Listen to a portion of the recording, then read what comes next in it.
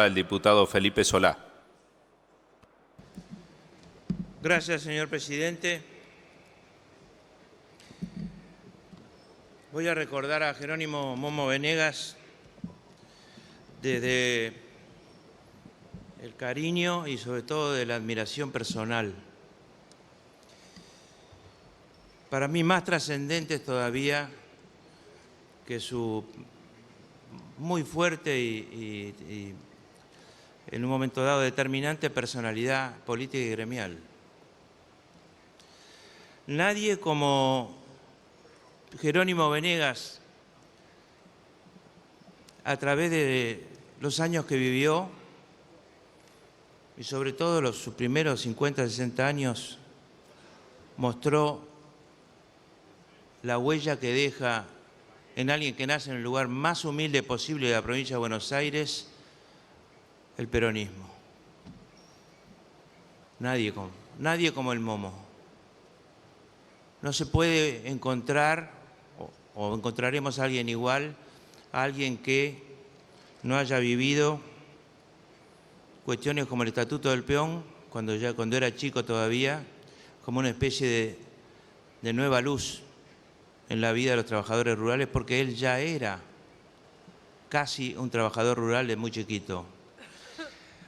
Hay una anécdota de su niñez, no la quiero hacer tan larga, señor presidente, pero es de las pocas cosas que no me voy a olvidar nunca, que me decía que cuando se apagaba la luz en su casa de muchos hijos y una madre sola, él se acuerda haber oído a sus hermanos llorar en la oscuridad de hambre porque habían comido un yerbeado. Y la madre se mataba trabajando y ellos vieron eso. Un día el Momo se fue. No se fue porque se quisiera dejar a su madre sola, se fue para tratar de parar la olla y tendría 11 años, más o menos calculo yo, y lo tomaron de peón de patio en una estancia cercana a la que llegó caminando. Cuando lo vieron tan decidido, tan valiente, tan chiquito, lo tomaron y lo protegieron un poco, pero él no se dejó proteger mucho.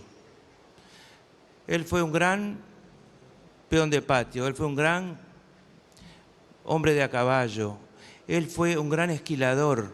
Cuando era viejo ya competía en competencias de esquila a ver quién esquilaba en menos tiempo, a máquina, claro.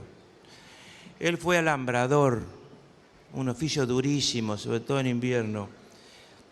Después se fue a trabajar a su ciudad, al puerto de Quequén, donde fue estibador, cuando todavía la cosecha se hacía en bolsa y no granel.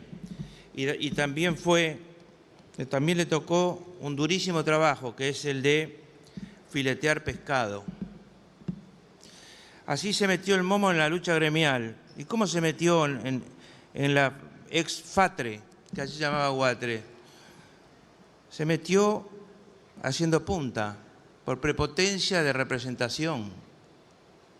Así era el gremio, así son todavía algunos gremios, pero sobre todo así era FATRE. Se metió a fuerza de decir soy yo el que lo va a representar. Para decirlo directamente se metió peleando y si había que pelear físicamente, peleaba físicamente. Más aún, alguna vez peleó con cuchillo para defender esa posición.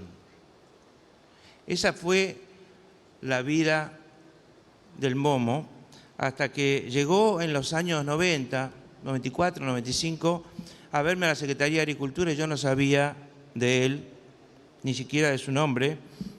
Y me dijo, mire Solá, lo vengo a ver porque en Izara, que ahora se llama Osprera, hay un señor que está robando y que está robando de una manera descarada. Ese señor era primo de Carlos Menem, se llamaba Aquil, le decían el lanudo, pues tenía pelo blanco todo para arriba.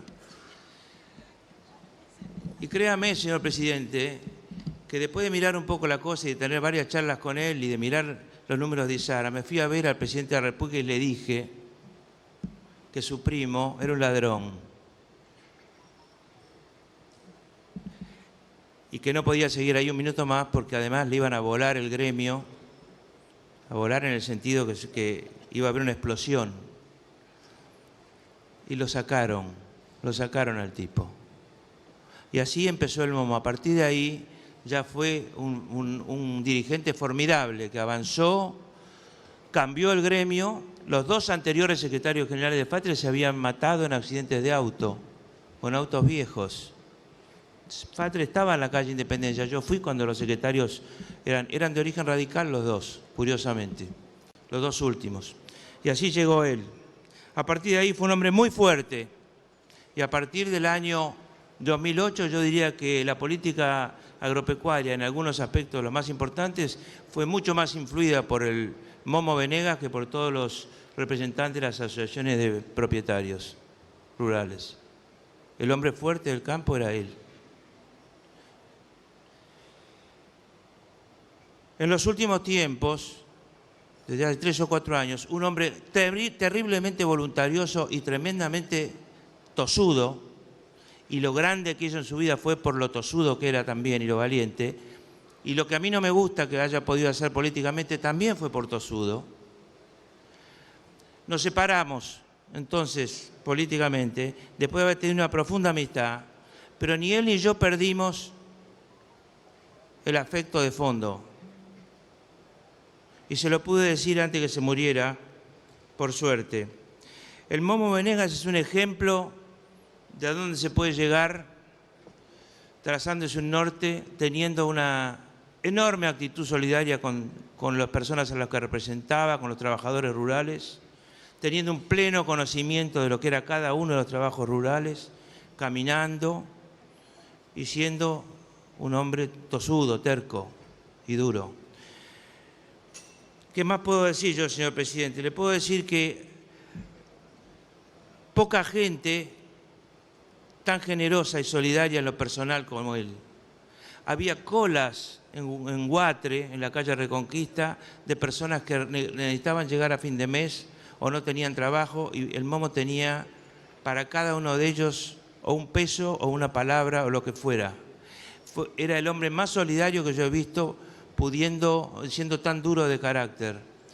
Así que por todas esas razones, el querido Momo no merecía morirse, en mi opinión, ni a la edad a la que se ha muerto, porque tuvo siempre una salud de hierro, no merecía tener una enfermedad que ocultó con enorme orgullo y también valentía a casi todos hasta el final.